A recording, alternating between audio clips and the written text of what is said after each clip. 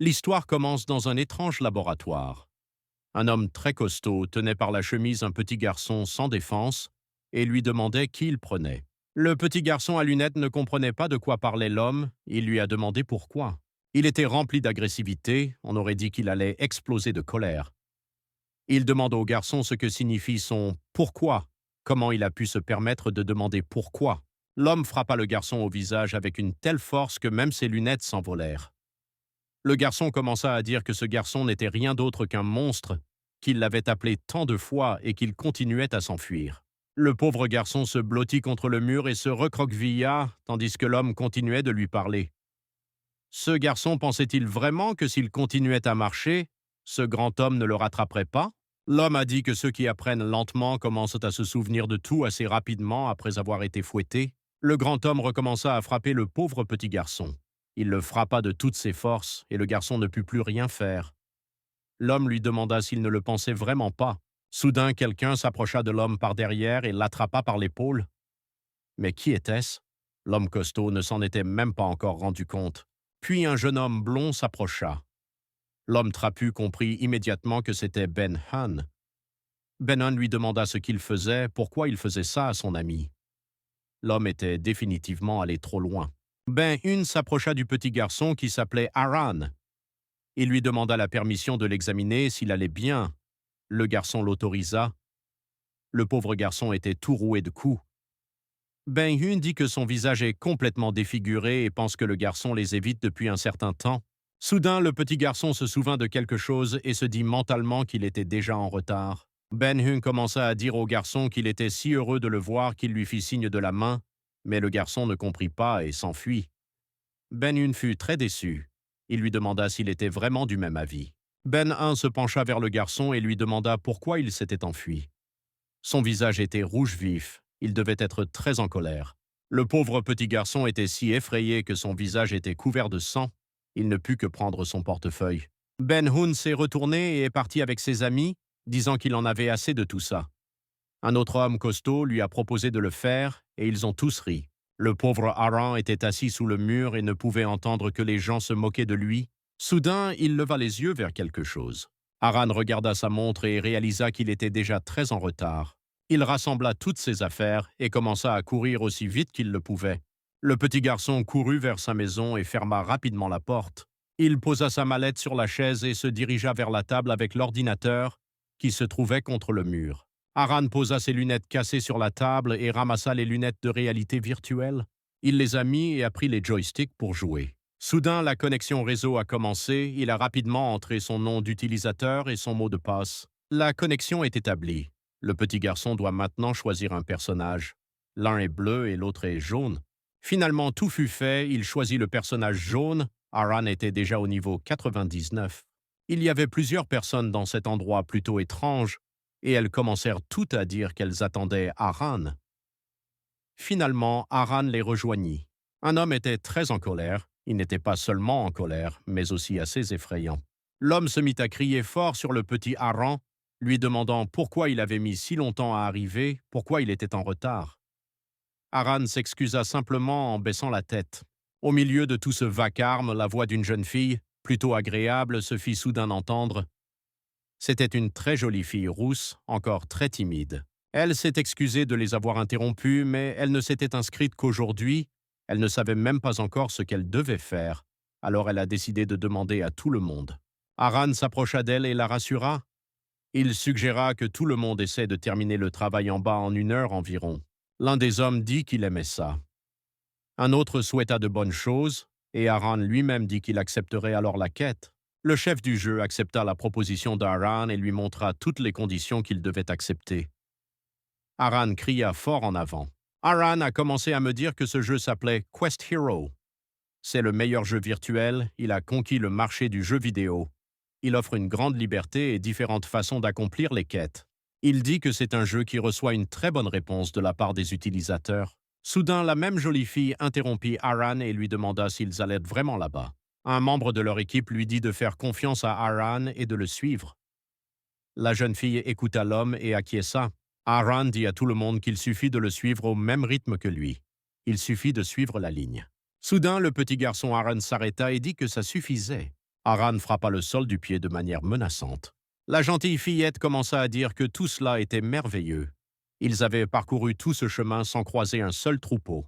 Un homme de l'équipe dit à cette fille que ce n'est que le début. Il a continué en disant que les choses les plus intéressantes ne commenceraient que maintenant. Aran commença à raconter comment il avait lui-même commencé à jouer à ce jeu incroyable.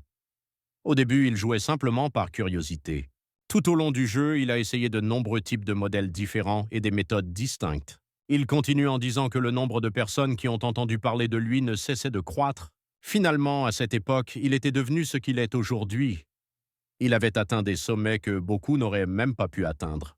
Pendant ce temps, alors que Aran racontait son histoire à propos de ce jeu, des batailles infernales commencèrent et tout le groupe de Aran participa à cette bataille. Ce fut une bataille très forte entre les participants bleus et jaunes du match. Finalement, toute la zone a été nettoyée.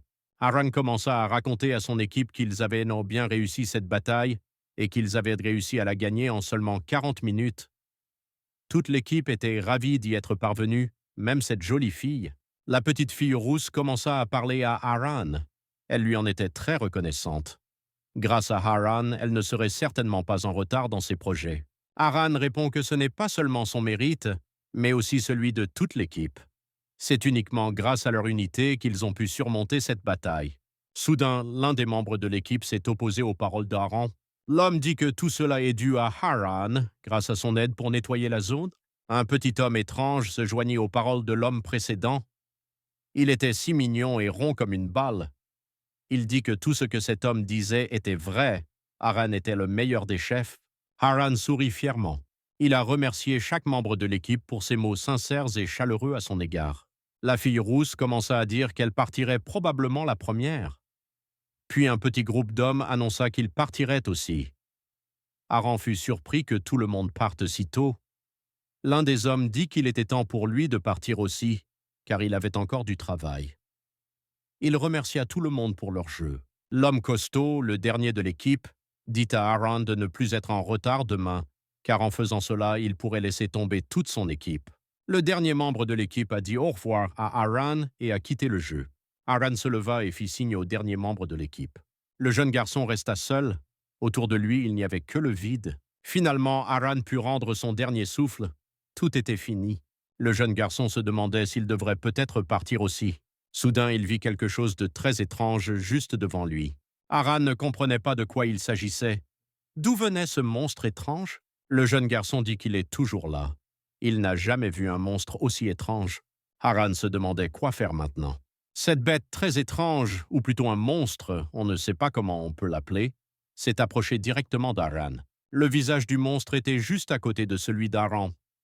Le jeune garçon était effrayé que cela soit ainsi et si inattendu. Aran dit que cette étrange vision n'est pas du tout agréable. Le jeune garçon réalisa que rien de tout cela n'avait d'importance. Il le battrait simplement et quitterait ce jeu. Soudain, il réalisa que quelque chose lui tenait les mains, mais il ne comprenait pas ce qui se passait. Pourquoi il ne pouvait pas contrôler ses mains?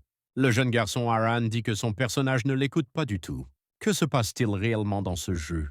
Des choses étranges commencèrent à se produire.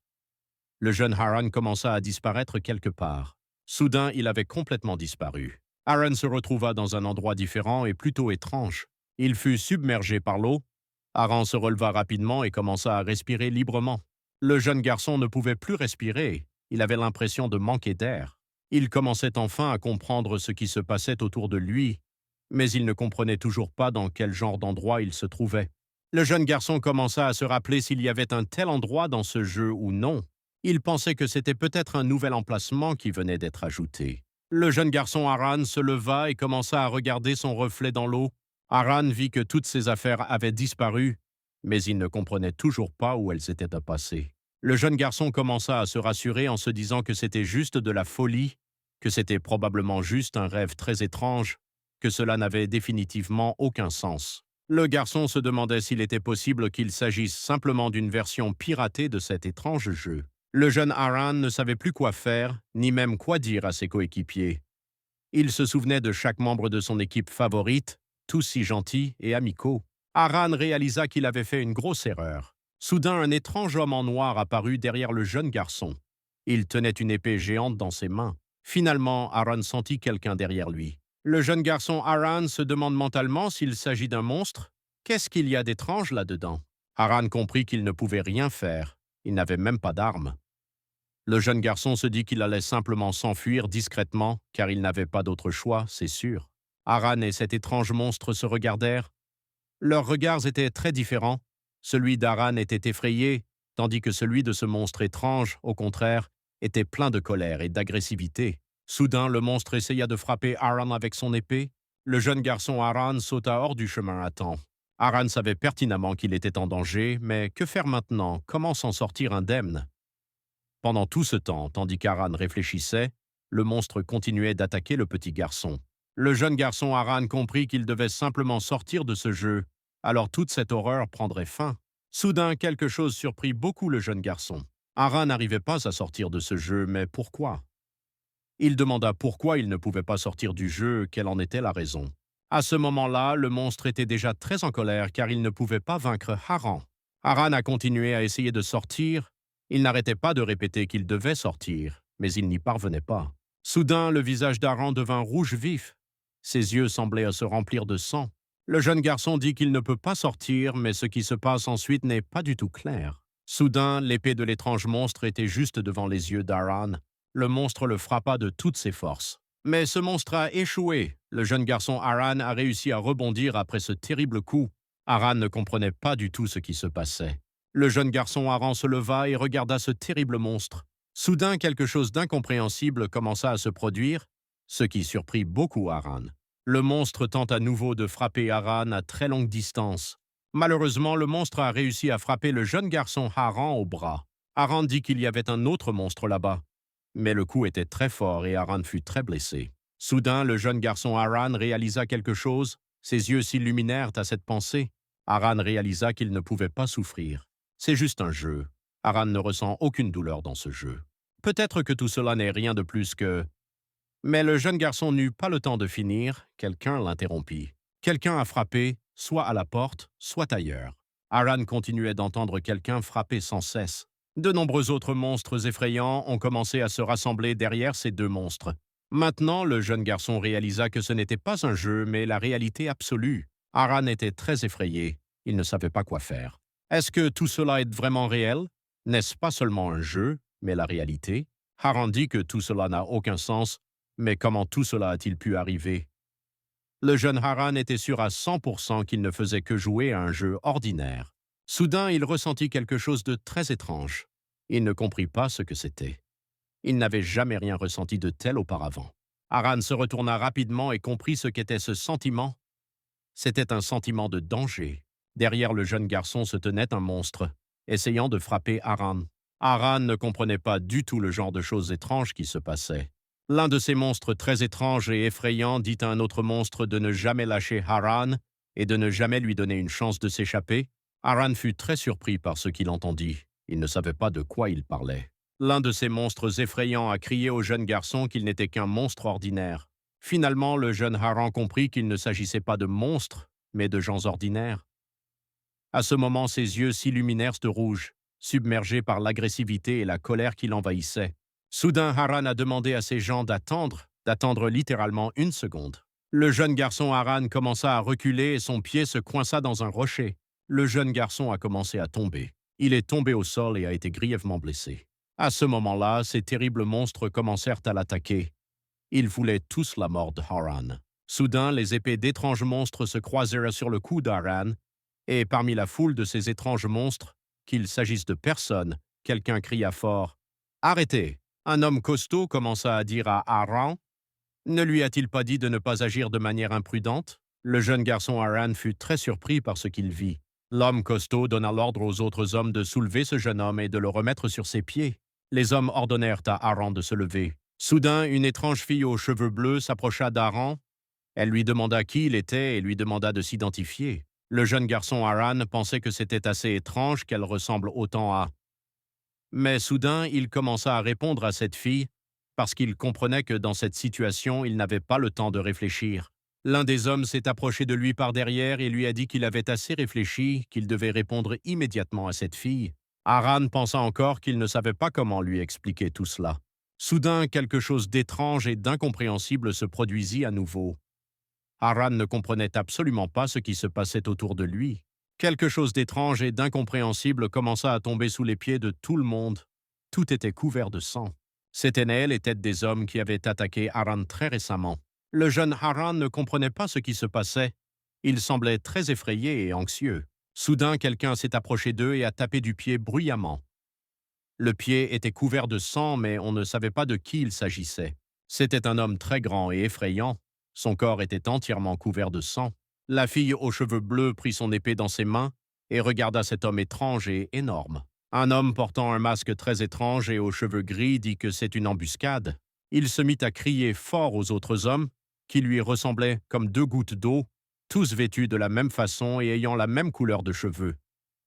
Cet homme disait à ces sauvages de ne se rendre sous aucun prétexte. Ils ont tous répondu à leur directeur général qu'ils feraient tout ce qu'il leur dirait. Un homme très grand tenait fermement une hache dans sa main et la leva vers la montagne. Cet homme était très grand. Il n'était pas comme les autres. Ses yeux brillaient de rouge et tous ses vêtements étaient déchirés. Haran se tenait un peu à l'écart, comme plongé dans le brouillard. De nombreuses gouttes de sang volaient à ses côtés. Soudain, une de ces gouttes de sang tomba directement sur le front d'Haran. Haran entendit soudain frapper. Il murmura qu'il était mort. Le jeune garçon Haran n'arrêtait pas de se dire que quelqu'un était vraiment mort. Finalement, ce jeune garçon comprit tout. Il comprit que ce n'était plus un jeu, mais la réalité. L'un des hommes masqués s'est approché de l'homme énorme et a dit « Sauvage ». L'homme masqué a demandé à l'homme énorme comment il pouvait se permettre de faire cela. Cet homme a commencé à attaquer l'énorme homme. Soudain, quelque chose d'étrange et d'incompréhensible se produisit. Haran frappa l'homme masqué et celui-ci tomba face contre terre. L'homme masqué gisait au sol, les yeux fermés. Il était couvert de sang. Il était visiblement blessé, voire tué. Le jeune Haran se tenait là, effrayé. Il était si effrayé que des gouttes de sueur perlirent sur son visage. Haran commença à se dire qu'il arrivait ici, qu'il devrait s'y courir. Quand Haran disait « il faisait référence à cet homme énorme aux yeux rouges. Soudain, cet homme énorme se tenait tout près de la fille aux cheveux bleus. Le jeune Haran était très effrayé. Il ne savait plus quoi faire. Soudain, il vit un homme énorme et trapu commencer à attaquer avec sa hache. Il frappa violemment la fille aux cheveux bleus. Sous l'impact violent, elle fut projetée sur une très longue distance. Elle se tordait de douleur. Elle ne pouvait même pas se lever. La fille aux cheveux bleus sortit son épée et la planta dans le sol pour lui servir de support. Le jeune Haran commença à comprendre que s'il la laissait seule avec cet homme imposant, elle risquait de mourir. Haran dut donc faire quelque chose pour la sauver. Il commença à réfléchir à ce qu'il devait faire. Rien ne lui venait à l'esprit, il ne trouvait aucune solution. Le jeune Haran comprit qu'il ne désirait plus mourir. Mourir pour un inconnu était totalement inutile. Haran décida que la meilleure solution pour lui était de fuir. Il a commencé à s'enfuir, mais soudain quelqu'un lui a attrapé la jambe. C'était le même homme masqué aux cheveux gris qui l'avait frappé. Cet homme suppliait le jeune garçon de sauver cette fille aux cheveux bleus. Avec ses dernières forces, cet homme masqué dit au jeune garçon Haran qu'il devait faire cela, que c'était son devoir. L'homme masqué aux cheveux gris est tombé face contre terre. Il est fort probable qu'il soit mort. Les yeux d'Haran étaient remplis à la fois de peur et d'agressivité. Il resta immobile, essoufflé. Le jeune Haran ne comprenait pas qui elle était. Qui était cette fille aux cheveux bleus? Haran se leva et continua à réfléchir. Soudain, il est devenu très insistant parce qu'il commençait peut-être à se souvenir de quelque chose, ou peut-être d'autre chose. Un grand rectangle noir bordé de bleu apparut juste devant le jeune garçon. Haran ignorait ce que c'était ni ce qui se passait. Des inscriptions apparurent dans ce rectangle. Il s'avéra qu'il s'agissait également d'une quête. Haran devait protéger une princesse. Cette fille aux cheveux bleus s'appelait la princesse Yuta et fut prise en embuscade par un monstre. Le jeune garçon pensa au nom de Yuta. Ce nom lui était familier et une image de la fille du jeu apparut devant ses yeux. Finalement, le jeune garçon Haran comprit qui était cette fille aux cheveux bleus et ce qu'il devait faire. Soudain, l'inscription dans le rectangle noir avec un bord bleu a changé. La nouvelle inscription indiquait à Haran que s'il échouait à cette quête, il mourrait tout simplement. Le jeune garçon Haran tomba simplement à genoux. Haran se mit à rire. Ce n'était probablement pas un rire de joie, mais un rire de peur. L'énorme homme frappa à nouveau la fille aux cheveux bleus et elle s'envola très loin. Elle est tombée au sol et ne pouvait même pas bouger. La jeune fille de l'Utah commença à dire qu'elle ne pouvait tout simplement pas mourir là-bas, qu'elle devait survivre. Quel que soit le prix à payer, elle devait survivre de toute façon. Lorsque la fille aux cheveux bleus leva la tête, elle vit devant elle la jambe de cet énorme monstre qui était couverte de sang. Cet homme imposant a commencé à lui parler. Il a dit qu'il allait lui ôter la vie. À ce moment-là, ses yeux étaient remplis d'agressivité, mais en même temps, elle avait peur parce qu'elle ne savait pas quoi faire maintenant. L'énorme monstre leva son épée vers la montagne et la frappa sur la fille aux cheveux bleus, Yuta. Soudain, Haran apparut devant la princesse Yuta. Il sauva la jeune fille d'un monstre géant. La princesse Yuta ne comprenait pas du tout ce qui s'était passé, car elle était déjà à un pas de la mort, mais elle a été sauvée à temps. Haran commença à crier fort à la fille aux cheveux bleus que pendant qu'il essayait de retenir cet énorme monstre, elle devrait se lever très vite et s'échapper de là. L'énorme monstre était déjà très en colère. Ses yeux devinrent encore plus rouges. Il se tendit. Tous ses muscles étaient tendus comme une corde. L'homme énorme s'est jeté sur le petit garçon Haran. Ce monstre était à la fois très en colère et souriait même un peu, car il comprenait qu'il était presque impossible de vaincre un géant comme lui. L'homme énorme a frappé le garçon de toutes ses forces. Haran a volé sur une assez longue distance car le coup était très fort. Le jeune garçon tomba sur le dos. Sa tête heurta violemment le sol. Cela rendit Haran très en colère. Soudain, cet homme énorme frappa à nouveau très fort le jeune garçon. Cette fois, le coup fut encore plus violent. Haran prit sa retraite avec un poids 2 fois plus important qu'auparavant. Le jeune Haran était presque impuissant. Il gisait par terre et ne pouvait se relever. Haran leva les yeux et regarda l'énorme homme. Cet homme a encore frappé le garçon. Haran aurait réussi à échapper au coup. Haran fit un léger bond en arrière pour que cet homme énorme ne le frappe pas. Le jeune garçon ne comprenait pas ce qui s'était passé. Ses yeux étaient remplis de surprise. Il semble qu'Haran ait commencé à comprendre la séquence d'attaque de cet homme énorme. Après avoir réfléchi une attaque assez forte, une attaque horizontale à longue portée suit. Vient ensuite le soupir. Puis une autre attaque très forte suit. Finalement, le jeune garçon Haran comprit tout. Le schéma d'attaque de cet homme énorme est exactement le même que dans la quête « Garde du héros ». C'est très bien qu'Haran ait compris tout cela et ait remarqué cette séquence. Haran dit mentalement qu'il peut voir à travers ses attaques. Maintenant, le jeune garçon Haran peut formuler approximativement un plan d'action dans sa tête. Maintenant qu'il comprend cet homme énorme, Haran peut le bloquer. Mais un problème demeure. Comment amener cet homme immense à Arras afin de sauver la princesse Yuta?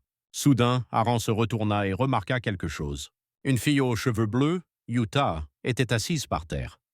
Mais pourquoi ne s'est-elle pas enfuie? L'homme énorme leva à nouveau sa hache vers la montagne. Le jeune Haran s'en aperçut très vite. Il leva son épée vers la montagne pour parer l'attaque de cet homme immense. Haran a continué à bloquer l'attaque de toutes ses forces. Le jeune garçon dit mentalement qu'il a échoué. Les yeux de l'énorme homme devinrent de plus en plus agressifs. Haran posa son pied sur le sol pour repousser l'attaque. Le jeune Haran comprit qu'il ne pourrait plus tenir longtemps. Ses efforts ne seraient certainement pas suffisants. L'homme énorme se mit à rire très méchamment. Soudain, la bouche entière de l'énorme homme s'est remplie de sang. Quelqu'un a percé le ventre de cet énorme monstre avec une épée. Ce monstre s'est mis à cracher du sang. Il était clair qu'il ne survivrait pas. Il était clair qu'il avait été tué par une fille aux cheveux bleus. Un homme se tenait sur le côté et observait tout cela en silence. La jeune fille aux cheveux bleus, Yuta, se tenait là, l'air furieux. Son visage était couvert de gouttes de sang. De l'autre côté se tenait un jeune garçon nommé Haran. Il était également très en colère, mais la peur était également visible dans ses yeux. Ils se tenaient tous deux de chaque côté d'un homme immense. Cet homme était allongé sur le sol, l'épée de la jeune fille aux cheveux bleus dans son dos. Haran le regarda avec la compréhension que cet homme énorme était déjà mort. Il réalisa qu'il n'y avait plus rien à craindre, alors il lâcha son épée. L'épée d'Haran tomba juste à côté de la tête de l'énorme homme. Soudain, cet homme immense rendit son dernier soupir. Il était clair que la fille aux cheveux bleus n'avait finalement pas tué cet homme immense. L'homme énorme serra le poing. Lorsque l'homme s'est relevé, ses yeux étaient complètement rouges. Il était très en colère. Haran était très effrayé, mais il comprenait qu'il devait agir maintenant, car s'il n'agissait pas, il échouerait à la quête et mourrait immédiatement. Cet homme énorme a frappé très fort le jeune garçon Haran. Le jeune garçon Haran s'est envolé sur une très longue distance. Cet homme énorme, réalisant qu'il avait déjà frappé Haran et que ce jeune garçon ne le gênerait plus dans ses actions ultérieures, se tourna vers la fille aux cheveux bleus. L'homme énorme prit la fille, Yuta, dans sa grande main. Il la jeta non loin, tout comme Harana. L'homme imposant resta immobile, une immense mare de sang sous lui. dû au coup d'épée de la jeune fille dans le dos. La fille aux cheveux bleus était allongée sur le sol, immobile, et le petit garçon Haran heurta très fort un arbre de l'autre côté de cet énorme homme. L'homme imposant frappa du pied et se tourna vers Haran. L'épée du jeune garçon était posée juste devant lui. Haran leva la tête et le regarda. Il ne comprenait pas ce qu'il devait faire pour protéger la fille aux cheveux bleus. L'homme énorme s'est approché un peu plus de la fille aux cheveux bleus, il était couvert de sang. La fille est restée allongée sur le sol sans bouger. Le jeune garçon Haran se dit mentalement qu'il doit se lever pour protéger cette fille, Utah. Il commença à se lever, bien qu'il n'ait absolument aucune force pour le faire. Soudain, quelqu'un courut très vite juste à côté d'Haran. Le jeune garçon n'eut même pas le temps de deviner qui c'était. L'homme qui croisait le jeune garçon avait une épée à la main. Il se leva pour protéger la fille aux cheveux bleus et le jeune garçon. Il a frappé cet homme énorme. L'homme énorme s'est mis en colère et a crié de douleur. L'homme qui courait devant le jeune garçon commença à frapper très fort l'énorme homme. Un homme imposant s'écroula non loin de la jeune fille aux cheveux bleus. Tout autour était couvert de sang et l'épée de ce protecteur était également ensanglantée. Le jeune garçon Haran ne comprenait pas du tout ce qui s'était passé. L'homme imposant était allongé sur le sol depuis un bon moment. Il était clair qu'il ne se relèverait jamais. Il saignait abondamment, on pouvait donc dire qu'il était mort. L'homme qui avait sauvé Utah, la fille aux cheveux bleus et Sharon, le jeune garçon, observait la scène. Son visage était couvert de sang. Il s'est approché de la fille aux cheveux bleus, Utah. Cet homme a commencé à lui dire de se lever, elle ne pouvait pas mourir. Soudain, elle ouvrit ses yeux bleus. L'homme lui demanda si elle allait bien. Le jeune Haran s'assit par terre et continua d'observer la situation. Soudain, il entendit un son qui lui était familier. C'était une notification du jeu. La notification indiquait que la quête tutoriel était déjà terminée. Une autre notification de la quête arriva également. Le propriétaire de cette image avait réussi à protéger la princesse Utah du royaume d'Aul, mais des assassins continuaient de cibler la princesse Utah. Il devait la protéger, la suivre et attendre la quête principale. Il ne pourrait revenir qu'après avoir terminé toutes les quêtes principales. Dans le cas contraire, il mourrait. Le jeune Haran commença à parler de lui-même. Tout semblait si réel, mais de quel genre de fenêtre de quête s'agissait-il? Il était sûr que quelqu'un était mort sous ses yeux. Ce n'était pas un jeu, mais comment? Soudain, quelqu'un appela Haran. C'était une fille aux cheveux bleus, Utah. Elle demanda à Haran comment il s'appelait. Le jeune garçon Haran avait l'air très effrayé, mais il lui répondit et se présenta comme Haran. La jeune fille Utah dit à Haran qu'elle lui doit désormais quelque chose. Elle affirme que c'est elle qui paie toujours ses dettes. Haran devrait maintenant la suivre et elle le récompensera de l'avoir sauvée. Le jeune garçon Haran répéta mentalement ces paroles, de la suivre, puis il fut rapidement d'accord avec elle. L'homme debout à côté de la jeune fille Utah commença à dire qu'il ne connaissait même pas ce garçon. Il demanda à la princesse Utah pourquoi il l'emmenait avec eux, comment il pouvait lui faire confiance. La fille aux cheveux bleus Utah répondit à l'homme qu'il n'était pas nécessaire de garder Haran si loin. S'il avait prévu de leur faire du mal, il l'aurait déjà fait, il avait certainement l'opportunité de le faire. Haran se tenait à côté de l'homme et ne savait pas quoi faire ensuite, s'il devait partir avec eux ou rester où ils étaient. La fille aux cheveux bleus se dirigea vers cet homme énorme. Elle dit qu'avant cela, il devrait le faire correctement. L'homme était d'accord avec elle et dit qu'il trouverait un endroit quelque part à proximité pour cela. La jeune fille, Utah, l'a remercié pour ses soins et son aide. Ils arrivèrent tous les trois dans un endroit magnifique. Derrière eux, un coucher de soleil orangé et des lucioles volaient tout autour. L'un des trois sortit son épée. C'était une fille aux cheveux bleus, Utah. Elle planta son épée dans le sol. La fille a commencé à me raconter qu'après que son père ait été tué et que tout le monde lui ait tourné le dos, ils étaient les seuls à l'avoir protégée jusqu'à la fin pour que rien n'arrive. Elle a également ajouté qu'ils n'étaient même pas du même sang, qu'elle était de la famille royale et qu'ils étaient des gens ordinaires. L'homme qui était toujours aux côtés de la jeune fille Utah commença à dire qu'ils étaient la garde royale. C'étaient de merveilleux guerriers qui méritaient de gloire et honneur. La fille Utah dit que parler d'honneur est assez cruel. Elle ajoute que ceux qui l'ont abandonné vivent aujourd'hui dans le luxe, mais ceux qui ont conservé leur honneur y ont été enterrés. L'homme resta silencieux et écouta respectueusement ce que disait la jeune fille. Le jeune garçon Haran se tenait également debout et écoutait l'histoire de la fille aux cheveux bleus. La fille Utah a commencé à marcher et a dit qu'il était temps pour eux de passer à autre chose. La jeune fille et l'homme partirent, Mais Haran resta immobile et les regarda. Le jeune garçon avait l'air très contrarié. Haran expira doucement. Il faisait déjà nuit noire. Le ciel était couvert d'étoiles et de grands oiseaux volaient tout autour.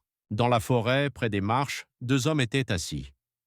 L'un ressemblait beaucoup à celui qui avait tenté de tuer Yuta, la jeune fille aux cheveux bleus. L'autre dormait assis, un long bâton à la main et un chapeau sur la tête. Soudain, l'homme au chapeau entendit quelque chose et commença à écouter. Un troisième homme descendit des arbres, assis là, les pieds sur la montagne. Il commença à dire à un certain Goryoun que malgré le temps qu'il avait attendu, il n'avait toujours pas vu de princesse. Le sauvage parti en reconnaissance disparut également. L'homme aux yeux rouges était assis et mangeait de la viande, le visage couvert de sang. Il dit que le sauvage les a tout simplement trahis, qu'il est un véritable traître. L'homme au chapeau leva la tête et dit que le sauvage n'avait certainement pas pu les trahir. L'homme assis dans l'arbre demanda à l'homme au chapeau s'il faisait confiance à ces sauvages. C'était plutôt étrange de sa part. L'homme au chapeau répond qu'il ne parle pas de ça du tout. De toute évidence, la princesse Yuta a déjà déjoué tous leurs pièges. L'homme aux yeux rouges dit qu'il attrapera certainement la princesse. L'homme arbre demande « Alors pourquoi ne pas aller la chercher tout de suite ?» L'homme au chapeau répond que ce n'est pas nécessaire pour le moment. Il ajoute qu'il sait déjà où elle va et qu'il leur sera beaucoup plus facile de la retrouver là-bas. La princesse Yuta, son mari et le petit garçon Haran se promenaient dans une forêt merveilleusement belle. L'homme qui était avec la princesse s'arrêta soudainement. Il commença à dire qu'ils étaient enfin arrivés au pays de Mawana. Le jeune Haran leva la tête, très surpris. Un homme en vêtements blancs se tenait debout, la tête baissée. À 3 heures, ils arrivèrent à un palais situé au pays de Mawana.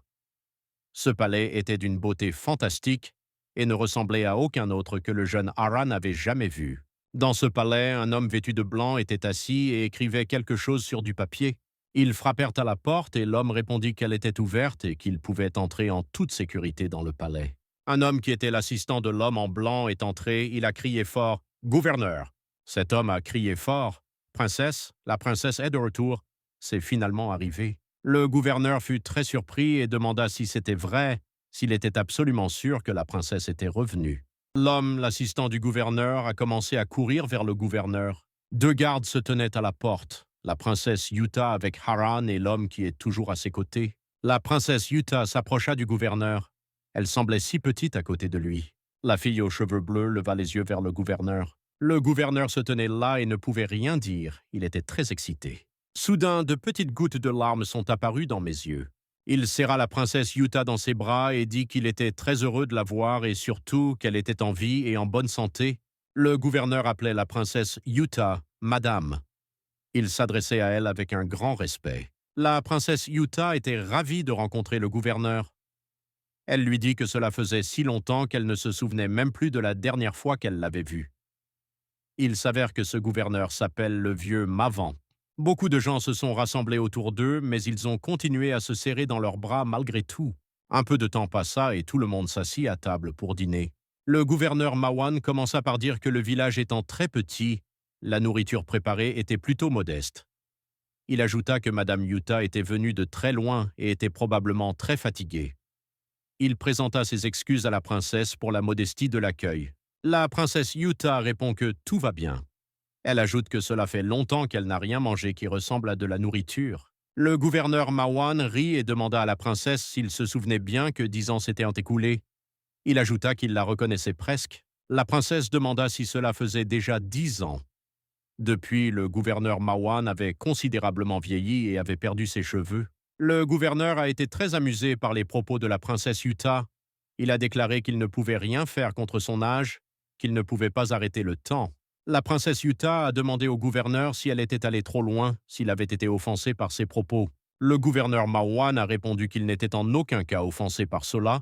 Il était simplement très heureux de la voir saine et sauve. Le gouverneur ajoute que c'est surtout le mérite de ces 2 guerriers qui ont ramené leur princesse intacte et saine et sauve. L'homme qui est toujours aux côtés de la princesse Yuta dit qu'il est le commandant de la garde royale. Le gouverneur demanda à Haran qui il était. Le jeune Haran était très effrayé et ne savait pas quoi répondre. La princesse Yuta répondit à la place d'Haran qu'il l'avait sauvé sur la route vers les terres de Mawan. Elle voulait le récompenser. La princesse Yuta demanda au gouverneur de Mawan si elle pouvait lui demander de le faire pour elle. Le gouverneur fut très surpris, mais répondit qu'il ferait certainement quelque chose comme ça. Ce serait un grand honneur pour lui. Le gouverneur posa sa main forte sur la petite épaule de Haran. Le gouverneur se pencha vers Haran. Mavan a dit que parce qu'Haran avait sauvé la vie de la princesse, il ne pouvait pas être un jeune homme ordinaire. Il avait certainement une sorte de pouvoir extraordinaire. Haran avait l'air très effrayé, mais il était d'accord avec les paroles du gouverneur Mawan. Le gouverneur le regarda. Mavan demanda au petit garçon Haran. Il devait être très fatigué car il avait parcouru un long chemin. Le gouverneur suggéra à Haran de se reposer comme il se doit. La princesse Yuta a remercié le gouverneur pour sa générosité et sa gentillesse. Le gouverneur Mawan s'adressa au chef de la famille Yule et lui demanda d'accompagner la princesse et les invités spéciaux. Le chef de la famille Yule accepta. Une nuit profonde était tombée sur le pays de Mawana. Les étoiles brillaient magnifiquement dans le ciel et la lune brillait de 1000 feux. Le jeune garçon Haran était couché dans son lit et ne pouvait pas dormir. Il était constamment perturbé par diverses pensées. Il se souvient comment un guerrier a supplié Haran de sauver la princesse Yuta. Une image du jeu réapparut devant ses yeux. La quête y était écrite, protéger la princesse. La princesse Yuta était prise en embuscade par un monstre. Il fallait l'aider et le vaincre. Haran ne comprenait absolument pas ce qui se passait, ni le but de cette quête. Le jeune garçon se dit mentalement qu'il ne peut toujours pas sortir de ce jeu. S'il veut rentrer chez lui, il devra probablement terminer toutes les quêtes proposées par ce jeu. Il n'arrêtait pas de penser que pour y parvenir, il devait constamment suivre la princesse Yuta. Mais que faire après avoir reçu le prix? Il ne comprenait absolument pas. Haran ferma les yeux et expira. Soudain, il entendit un bruit qui lui était à nouveau familier. C'était le bruit du jeu et le jeune Haran ouvrit les yeux très vite. Il avait une quête principale intitulée « 7 épreuves ». La première épreuve consiste à sauver la princesse Yuta d'une attaque inattendue d'assassins. La récompense pour cette victoire sera l'un des fragments de la pierre précieuse. Il sortit du lit et réalisa qu'il s'agissait encore d'une sorte de quête. Il ne comprenait pas ce que signifiait cette attaque inattendue et d'où venait un autre assassin. Il quitta rapidement sa chambre et regarda dans différentes directions. Soudain, il vit quelque chose près de sa chambre. Une grande hache et un poignard se trouvaient à côté d'un petit tas de bois de chauffage. Il prit les deux armes dans ses mains et commença à les examiner, se demandant laquelle serait la meilleure pour lui de choisir pour la protection supplémentaire de la princesse Yuta. Haran réfléchit à son choix. Un peu plus loin de la chambre d'Haran, une lumière brillait près d'une autre porte et deux gardes se tenaient debout. Dans cette pièce, le gouverneur Mawan était assis à la table. Il semblait très contrarié. Une seule petite bougie était allumée dans la pièce. Soudain, la bougie s'est éteinte à cause d'une forte rafale de vent. Mais ce n'était pas le vent. C'était le même homme au chapeau qui était assis dans la forêt, près des marches.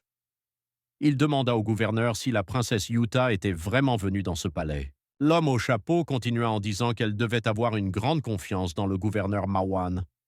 Il lui expliqua qu'il lui avait grandement facilité la tâche. Le gouverneur a répondu à l'homme qu'il ne coopérait qu'avec Zod, pas avec lui. L'homme au chapeau rit et acquiesça au gouverneur. Il lui demanda la permission de lui poser quelques questions. Sans attendre la réponse du gouverneur, l'homme au chapeau dit qu'en chemin vers les terres de Mawan, il a vu le cadavre d'un de ses subordonnés. Il était plutôt bon. L'homme au chapeau continua à dire que même s'il était un sauvage, il n'en restait pas moins son subordonné. Qui qu'il soit, il rencontrerait toujours celui qui avait fait ça. Le gouverneur Mavan dit à l'homme que s'il cherche le commandant de la garde royale, il n'a rien à craindre. Le gouverneur Mavan l'a éloigné de la princesse Yuta. L'homme au chapeau répond au gouverneur Mawan qu'il n'était pas nécessaire de faire autant de travail. Il ne l'a pas demandé. Soudain, le gouverneur a appelé l'homme au chapeau et lui a demandé d'arrêter. Le gouverneur Mawan affirme avoir tenu toutes ses promesses. Il a capturé la princesse Yuta et séparé ceux qui pouvaient l'aider. C'est maintenant au tour de l'homme au chapeau de libérer le petit-fils du gouverneur Mawan. L'homme au chapeau a demandé au gouverneur ce qu'il devait faire s'il ne voulait pas le faire. L'homme au chapeau ajoute que le maître a demandé de transmettre au gouverneur les mots suivants. Maintenant, la vie de son petit-fils dépend uniquement de sa loyauté. L'homme rit et se dirigea vers la sortie de la pièce. Il rit très fort et le gouverneur fut très contrarié par tout ce que cet homme dégoûtant lui avait dit. Le gouverneur Mawan ne savait plus quoi faire maintenant, comment sauver son petit-fils. Soudain, quelqu'un commença à parler à la princesse Yuta. Il l'appelait et lui demandait combien de temps elle allait encore dormir. Un homme lui demanda si elle avait oublié quel jour on était. La princesse devait se réveiller immédiatement. La princesse Yuta se leva et vit ce que son père décédé disait. Elle courut vers lui et le serra fort dans ses bras. La jeune fille était ravie de le rencontrer. La princesse Yuta dit qu'il est vivant. Elle le savait. Le père de la princesse lui demanda de quoi elle parlait. Avait-elle fait un cauchemar? La princesse Yuta dit qu'il lui avait promis qu'il serait toujours avec elle. Le père poussa un soupir de soulagement. Il posa sa grande main sur la petite épaule de sa fille. Le père dit qu'il est revenu vers elle parce qu'il ne pouvait pas manquer à sa promesse envers sa fille. Soudain, elle réalisa que ce n'était pas son père. Il a balancé son couteau vers la fille aux cheveux bleus sans défense, Yuta. Soudain, sorti de nulle part, un jeune garçon nommé Aran est apparu. Il a frappé l'homme et il s'est envolé sur une très longue distance loin de Princesse Yuta. La princesse Yuta était assise sur le lit, effrayée. Le regard du jeune garçon était empli d'agressivité. La fille d'Uta ne comprenait pas ce qui se passait. Cet homme s'est cogné la tête contre le mur. Le guerrier assassin se retourna et afficha son horrible sourire. Il dit qu'il souffrait terriblement. Le jeune garçon Aran n'allait pas s'arrêter du tout. Il était déterminé à protéger la princesse Yuta jusqu'au bout. L'assistant de l'homme au chapeau demanda à Aran s'il était un simple serviteur. Il ajoute que sa bravoure est très louable, mais qu'il n'est pas différent des autres en intelligence. Il a demandé au jeune garçon s'il pouvait se débrouiller dans l'obscurité. Soudain, les yeux d'Aran s'illuminèrent. Un guerrier assassin tenta d'attaquer le jeune Aran, mais celui-ci para le coup. L'assistant dit qu'il est déjà lent. Dans ce cas, pour une personne aussi stupide qu'Aran, au moins ses mouvements devraient être très rapides. Soudain, Aran frappa l'assistant de l'homme au chapeau en plein visage. L'assistant de l'homme gisait immobile sur le sol. Le jeune garçon Aran poussa un soupir de soulagement d'avoir vaincu cet homme hideux. La princesse Yuta ne comprenait pas du tout ce qui s'était passé. Le petit garçon Aran a demandé à la fille aux cheveux bleus si elle allait bien, si elle était blessée. Soudain, quelque chose a explosé très fort dans la pièce et un éclair rose est apparu. Aran était très concentré sur sa défense et la princesse Yuta semblait effrayée. L'homme au chapeau éclata de rire. Il enfonça la porte et entra dans la chambre de la princesse Yuta. L'homme au chapeau dit qu'il a enfin rencontré la princesse en personne. L'homme avait une énorme épée dans ses mains. La princesse Yuta cria fort et demanda à l'homme au chapeau qui il était. Tout ce que l'homme au chapeau a répondu, c'est que la princesse Yuta était très douée pour s'échapper. Il a ajouté qu'elle était obligée de le rencontrer tôt ou tard. Le jeune garçon Aran a commencé à protéger la princesse Yuta. L'homme au chapeau était un adversaire redoutable. Il méprisait simplement le jeune garçon. Il serra son épée plus fort. L'homme au chapeau donna un coup de pied très violent à Aran dans le ventre. Aran tomba directement au sol. L'homme au chapeau dit à Aran qu'il l'ennuyait déjà beaucoup parce qu'il l'empêchait de faire ce qu'il avait prévu. Le jeune garçon Aran dit mentalement que cet homme l'a distrait avec sa main et l'a attaqué avec un coup de pied. Pendant que l'homme au chapeau disait à Aran qu'il jouerait avec lui lorsqu'il aurait terminé son travail principal, la fille aux cheveux bleus prit son épée et commença à se défendre également. La princesse Yuta n'eut pas le temps de frapper l'homme au chapeau que celui-ci recula et la projeta au sol avec son épée. Il dit qu'il n'aurait jamais imaginé qu'un jour il la rencontrerait. L'homme affirme avoir tué de nombreuses personnes, mais n'avoir jamais tué un membre de la famille royale. La princesse serait la première sur sa liste. Le jeune garçon Aran dit mentalement non, cela ne peut tout simplement pas être possible. Soudain, l'homme au chapeau se retourna vers le jeune garçon et lui donna un coup de pied en plein visage. L'homme au chapeau dit que c'est vraiment le cas. Aran a volé sur une longue distance, s'arrêtant seulement près du mur de la pièce. L'homme au chapeau dit qu'Aran n'est qu'un simple monstre qui agace constamment tout le monde et rien de plus. L'homme leva la main et demanda au jeune garçon Aran s'il avait vu cela. Il était très excité à l'idée de tuer la princesse, ce qu'il attendait depuis très longtemps. Le jeune garçon le regarda avec un air très en colère. L'homme au chapeau ajoute qu'Aran ne devrait plus le déranger. L'homme Goryon s'est retourné et s'est dirigé vers la fille aux cheveux bleus. Aran était déjà très en colère à cause de la situation qui se passait autour de lui. Un jeune garçon a tenté d'attaquer un homme portant un chapeau. L'homme dit qu'il fait très chaud. Il ajoute que Aran est un monstre. L'homme a de nouveau frappé le jeune garçon, mais cette fois encore plus fort. Les yeux de l'homme au chapeau étaient très agressifs. Le jeune garçon Aran commença rapidement à courir vers la fille Yuta. Yuta s'assit sur le sol, très effrayé. L'homme au chapeau frappa le sol du pied pour exercer sa force. Aran sauta rapidement par la fenêtre avec Yuta dans ses bras. La princesse Yuta ne comprenait pas ce que faisait le jeune garçon. Aran, quant à lui, était très concentré sur ce qu'il faisait, car c'était la seule chose qui pouvait les sauver. Pendant que l'homme au chapeau regardait par la fenêtre, tous deux tombèrent dans le ruisseau qui coulait là. L'homme au chapeau rit bruyamment. Il n'y avait plus aucune trace d'eux là-bas. Il faisait déjà très nuit, les étoiles brillaient dans le ciel et la lune illuminait tout le village. Le gouverneur Mawan a été surpris par ce qu'il a entendu et a demandé si c'était vrai. Le chef de la famille Yule affirme que c'est 100% vrai. Ils affirment qu'Aran a échappé à une attaque inattendue des assassins et s'est enfui. Le gouverneur dit mentalement que tout va très mal.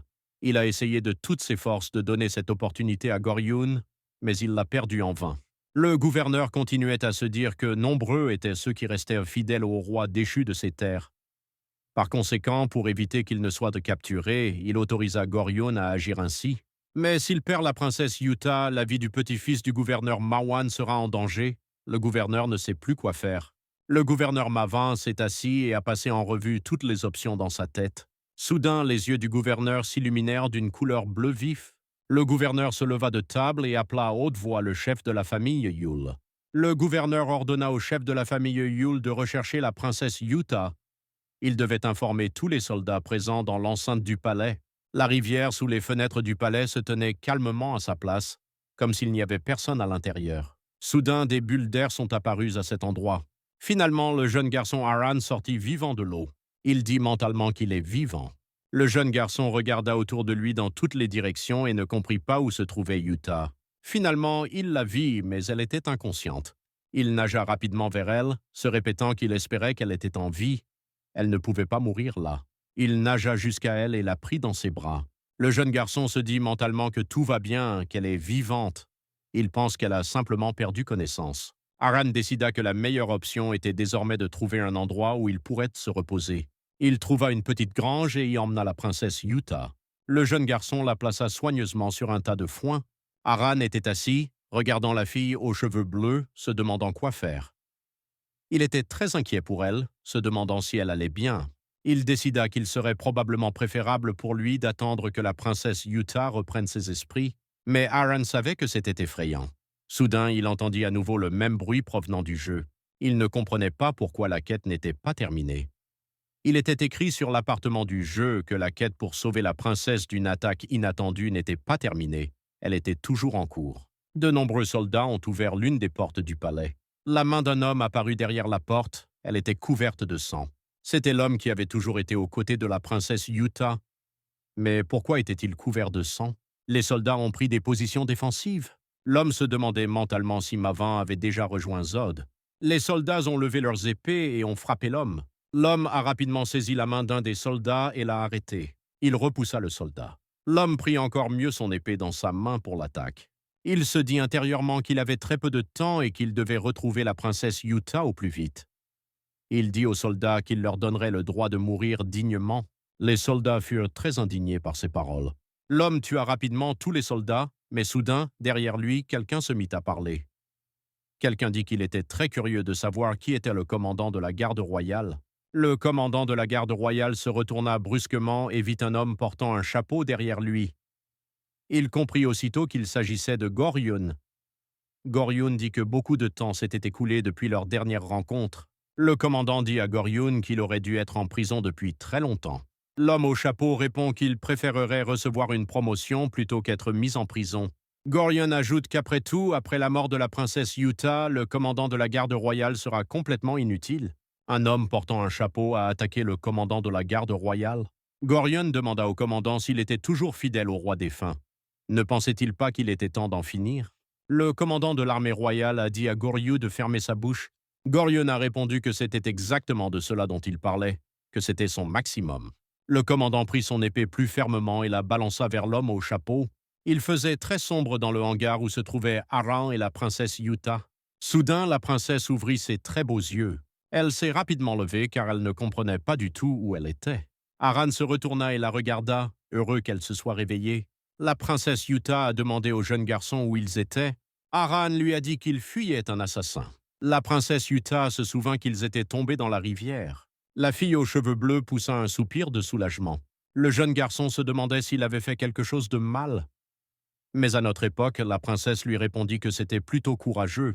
Le jeune garçon s'est excusé auprès d'elle. La princesse Yuta sourit et dit qu'elle était revenue à la vie grâce à Aran. Elle le remercia de l'avoir sauvé. Aran fut très surpris. Il ne s'attendait pas à entendre des mots de gratitude de la part de la princesse. Soudain, la princesse se dirigea vers la porte et saisit la poignée. La princesse dit que quelqu'un du palais doit les chercher en ce moment même. Il est temps pour eux de rentrer, car tout le monde sera inquiet, surtout le gouverneur Mawan. Le jeune garçon accepta ces paroles et suivit la princesse Yuta. Ils quittèrent la grange ensemble et Haran ferma la porte derrière lui. Le jeune garçon demanda à Yuta s'il pouvait lui demander quelque chose. Elle lui demanda ce qu'il voulait. Haran dit que si elle est de la famille royale, pourquoi ces gens la traquent-ils? Elle a un pouvoir considérable. Soudain, la fille s'arrêta. Elle n'était pas prête à entendre cette question. La princesse Yuta commença à évoquer la façon dont la royauté, faible, serait absorbée par quelqu'un d'autre, plus fort. C'est pourquoi elle est poursuivie. La princesse Yuta demanda au jeune homme Haran s'il avait déjà perdu quelque chose qu'il aimait beaucoup.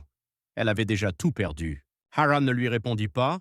Il continua simplement à écouter tout ce que la princesse Yuta lui disait. La jeune fille a continué en disant qu'elle venait juste de réaliser qu'elle avait besoin de pouvoir pour protéger ce qui avait vraiment de la valeur pour elle. Le jeune garçon écoutait en silence tout ce que disait la princesse. La princesse Yuta dit qu'il devait retourner au palais. Haran était d'accord. Soudain, Haran entendit quelque chose de très étrange, mais il ne comprit pas ce que c'était. Il leva la tête vers la montagne. Le jeune garçon regarda attentivement pour voir ce qu'il y avait là. Au-dessus se trouvait le commandant de la garde royale attaché à la colonne avec une corde. Haran fut effrayé et cria à l'homme. Il devait se rendre compte que le commandant de la garde royale était là. La princesse Yuta ne comprenait pas de quoi il parlait. De quel genre de personne parlait-il? Ils regardèrent tous les deux la montagne en même temps. La princesse fut très surprise par ce qu'elle vit. Elle s'attendait à voir quelque chose là-bas, mais certainement pas ça. Elle cria fort. « Sung !» C'était le nom du commandant de la garde royale. Il semblait que Sun était déjà mort, car il était couvert de sang et sa tête pendait. La princesse Yuta ne comprenait pas pourquoi le commandant de la garde royale était attaché au tronc par une corde. Elle se demanda si c'était l'œuvre du gouverneur Mawan, mais elle changea rapidement d'avis et conclut que c'était impossible, qu'il était absolument incapable d'une telle chose. Elle ne pouvait même pas se permettre d'imaginer que le gouverneur Mawan puisse faire une telle chose, car il avait toujours été fidèle à son défunt père. La fille aux cheveux bleus a dit que son oncle ne ferait certainement pas ça, il n'en avait pas besoin. Soudain, un garde du palais des terres de Mawana regarda au coin de la rue. Il tenait une torche qui éclairait son chemin. Ce garde aperçut la princesse Yuta et le jeune Haran. Le garde a commencé à crier fort qu'il avait trouvé la princesse. Elle était juste devant lui et a commencé à courir vers la princesse. Les autres gardes se mirent à courir vers la princesse Yuta et le jeune Haran. L'un d'eux déclara qu'il fallait absolument capturer la princesse Yuta vivante, car le gouverneur Mawan avait ordonné qu'elle reste en vie. Il pouvait tuer le jeune garçon, mais la princesse devait rester vivante. Le jeune Haran dit que quelque chose cloche. Il ne comprend toujours pas pourquoi tout le monde est si impatient d'attraper la princesse et pourquoi elle est constamment attaquée. La princesse Yuta commença enfin à comprendre que tout cela était l'œuvre de son oncle Mawan. Elle avait cru en vain qu'il en était incapable. Haran saisit la main de la princesse pour qu'elle ne reste pas là. Le jeune garçon dit à la fille qu'il devait en partir de là au plus vite, le plus vite possible. S'il ne partait pas maintenant, la princesse Yuta serait tuée à coup sûr. La fille aux cheveux bleus, Yuta, était très effrayée. Elle ne comprenait pas ce qui se passait autour d'elle, pourquoi tout le monde la chassait. Non loin de là se tenait un homme coiffé d'un chapeau. Il se tenait sur un toit, sa cape flottant doucement au vent. L'homme expira avec satisfaction qu'ils aient enfin trouvé la princesse. C'était exactement ce qu'il attendait depuis si longtemps. L'homme au chapeau Goryu se tenait à côté du commandant de la garde royale, Sun. Il disait que l'air nocturne était très rafraîchissant. Le commandant de la garde royale des Song supplia l'homme au chapeau de toutes ses forces de le tuer pour qu'il ne souffre pas. Il n'avait plus aucune force, il était couvert de sang. L'homme au chapeau répond qu'il n'a aucune intention de le tuer si facilement. Ce n'est certainement pas son but. Soudain, quelqu'un commença à monter les marches. C'était le gouverneur Mawan. Son visage était à la fois triste et furieux. Inquiet pour son petit-fils, il ne comprenait pas ce qu'il devait faire pour obtenir sa libération. Le gouverneur Mawan l'a rencontré. L'homme au chapeau a demandé au gouverneur s'il avait enfin fini de jouer le jeu de la loyauté envers son roi mort. Le gouverneur lui a dit de se taire car il ne connaissait absolument rien à la loyauté. Il n'avait probablement jamais entendu ce mot. Un des gardes du palais s'approcha du gouverneur Mawan et l'appela. Le gouverneur se tourna vers lui et lui demanda ce qui s'était passé. Le garde commença à leur dire que les patrouilleurs avaient retrouvé la princesse Yuta, mais l'avaient à nouveau perdue. Elle était avec le même jeune garçon, Haran. Le gouverneur a été très choqué par ce qu'il a entendu. Le garde a continué en disant qu'ils avaient déjà bouclé toute la zone. Ils menaient une recherche minutieuse pour retrouver la princesse et qu'ils la retrouveraient bientôt. Le gouverneur Marwan dit qu'il faut mobiliser toutes les forces en réserve. Chacun doit être sûr que la princesse a enfin été capturée. Le garde s'inclina, acquiesçant au gouverneur. Le gouverneur a dit qu'ils étaient tous des malheureux. Soudain, le gouverneur entendit quelqu'un lui parler. « Je suis vraiment désolé, Mavin. » C'était le général Song. Il déclara que le gouverneur n'avait pas honte d'avoir trahi le roi défunt. Le gouverneur Marwan répondit qu'il paierait pour ses crimes. Sun ferait mieux de se préoccuper de sa vie privée. Sun sourit aux paroles du gouverneur. Soudain, le commandant de la garde royale interpella bruyamment la princesse Yuta. Il lui annonça qu'il était déjà mort. Le gouverneur Mavin dit que le commandant est un simple salaud. Le général continua de crier. Si la princesse tenait vraiment à lui, elle devait s'enfuir. Elle devait survivre. Ce n'est qu'alors que la princesse Yuta pourrait exaucer le dernier vœu du roi défunt. Le gouverneur a commencé à crier à Sun qu'il allait tout simplement lui couper la langue. Soudain, le gouverneur fut distrait par quelque chose. L'homme au chapeau a dit au gouverneur Marwan d'attendre. L'appât appelle sa proie. Le gouverneur resta silencieux. Il ne savait pas quoi faire ensuite. De petites gouttes de sang coulaient constamment du commandant de la garde royale. Les gardes du palais de Marwan patrouillaient constamment dans la zone et recherchèrent la princesse Yuta et le garçon Haran. 2 gardes se sont approchés d'une des maisons. Un garde est resté à la porte, tandis qu'un autre est entré pour tout vérifier. Le garde qui entra dans la maison dit qu'il n'y avait personne. Heureusement qu'il n'avait pas vu la princesse Yuta et le jeune Haran. Ils étaient assis juste sous le toit. Les gardes commencèrent à discuter entre eux pour savoir où les 2 hommes auraient pu s'échapper. L'un d'eux déclara qu'il n'avait certainement pas pu s'enfuir bien loin, qu'il devait chercher mieux. Le petit garçon Haran et la fille aux cheveux bleus Yuta étaient assis très silencieusement pour ne pas être entendus ou vus. Haran poussa un soupir de soulagement et dit que c'était une bonne chose qu'il ne puisse pas être retrouvé. La fille Yuta s'assit tranquillement et ne dit rien. Elle se dit intérieurement que c'était bien la voix du commandant de la garde royale, Sun. Elle est certaine que Sun est toujours en vie. Ils sautèrent tranquillement au sol. Le jeune garçon Haran lui demanda ce qu'elle faisait. Les troupes des terres de Marwan étaient toujours à proximité. Il pouvait les entendre et les trouver très rapidement. La princesse Yuta répondit à Haran qu'à en juger par le fait que la guerre était passée par cette zone, il devrait maintenant être complètement en sécurité. La fille aux cheveux bleus ajoute qu'elle ne peut pas donner la récompense à Haran maintenant, mais qu'elle la lui remettra un peu plus tard. Mais elle ne sait pas encore si elle pourra la lui donner. Haran fut très surpris par les paroles de la jeune fille. La fille dit que puisque cela n'a rien à voir avec le garçon Haran, il doit rester dans cette maison pendant un certain temps, un peu plus longtemps qu'elle, puis s'échapper tranquillement de là. Soudain, la fille Yuta s'est enfuie très rapidement. Haran était confronté à une nouvelle tâche du jeu. Il disait que s'il échouait à cette quête, il mourrait tout simplement. Les gardes continuaient de chercher la princesse Yuta. Soudain, l'un d'eux entendit quelque chose d'étrange. La princesse Yuta a attaqué ce garde par derrière et l'a frappé à la tête. Le garde tomba au sol et du sang commença à couler de lui. La princesse Yuta poussa un soupir de soulagement en constatant qu'il y avait désormais un garde de moins. Elle se pencha vers lui et commença à chercher une sorte d'arme. Il avait une épée que la fille a prise pour se défendre davantage. Avec l'épée dans ses mains, la princesse se sentait beaucoup plus calme. La princesse Yuta leva les yeux vers la montagne. Elle regarda le commandant de la garde royale et lui demanda mentalement d'attendre encore un peu. Elle le sauverait. Soudain, la silhouette d'un grand homme apparut derrière elle, ses yeux brillants de bleu. Elle était très effrayée et s'est rapidement retournée pour voir qui était là. Au moment où la fille Yuta se retourna, quelqu'un avait déjà frappé ce garde, mais elle ne comprenait pas qui c'était, qui la protégeait à nouveau. Derrière ce garde se trouvait le garçon Haran. Il explique à la fille Yuti comment elle peut même agir sans aucun plan spécifique. Le jeune garçon Haran ajoute qu'il était assez difficile de la retrouver. La nuit était très profonde et les gardes continuèrent leur recherche de la princesse Yuta. Juste à côté du commandant de la garde royale se trouvaient 2 gardes. L'un des gardes a jeté un coup d'œil au coin de la rue, mais pourquoi n'est-il pas simplement venu vers eux? Il s'agit en fait d'un jeune garçon nommé Haran, déguisé en agent de sécurité. Haran se dit mentalement que ces 2 agents sont plus détendus qu'il ne l'imaginait. Haran s'approche tranquillement des gardes par derrière. Le jeune garçon les tua rapidement pour qu'il n'ait pas le temps de le remarquer. Le jeune garçon Haran poussa un soupir de soulagement car il pouvait désormais sauver le commandant de la garde royale. Le commandant de la garde royale était pendu à cette bûche, complètement épuisé. Il avait à peine la force d'ouvrir les yeux. Le jeune garçon coupa rapidement les cordes et laissa Son descendre. Son demanda à Haran pourquoi il était là, où était la princesse Yuta et si elle allait bien. Haran répondit que la princesse allait bien, qu'elle était parfaitement en bonne santé. Il l'avait bien protégée. Haran jeta le bras de Son sur son épaule et commença à le soulever. Tout ce que Son pouvait dire était de remercier Haran pour son inquiétude envers lui et la princesse Yuta. Soudain, quelqu'un de la montagne prit la parole. La voix annonça que c'était encore lui, c'était l'homme au chapeau.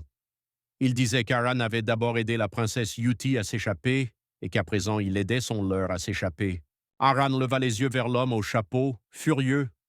L'homme au chapeau dit que c'était très triste de sa part. L'homme continue de dire que s'inquiéter pour un type est une perte de temps. Soudain, la porte s'ouvrit et un grand nombre de guerriers du palais de Mawan apparurent. Ils entourèrent tous le petit garçon Haran et le commandant de la garde royale, Son. L'homme au chapeau descendit de la montagne et se tint juste devant Haran et Son. L'homme au chapeau Gorin commença à dire qu'Haran ferait mieux de se préparer aux conséquences de tout ce qu'il avait fait. Le commandant de la garde royale, Son, dit qu'il a honte de cette situation car tout est de sa faute. Haran resta silencieux et sourit.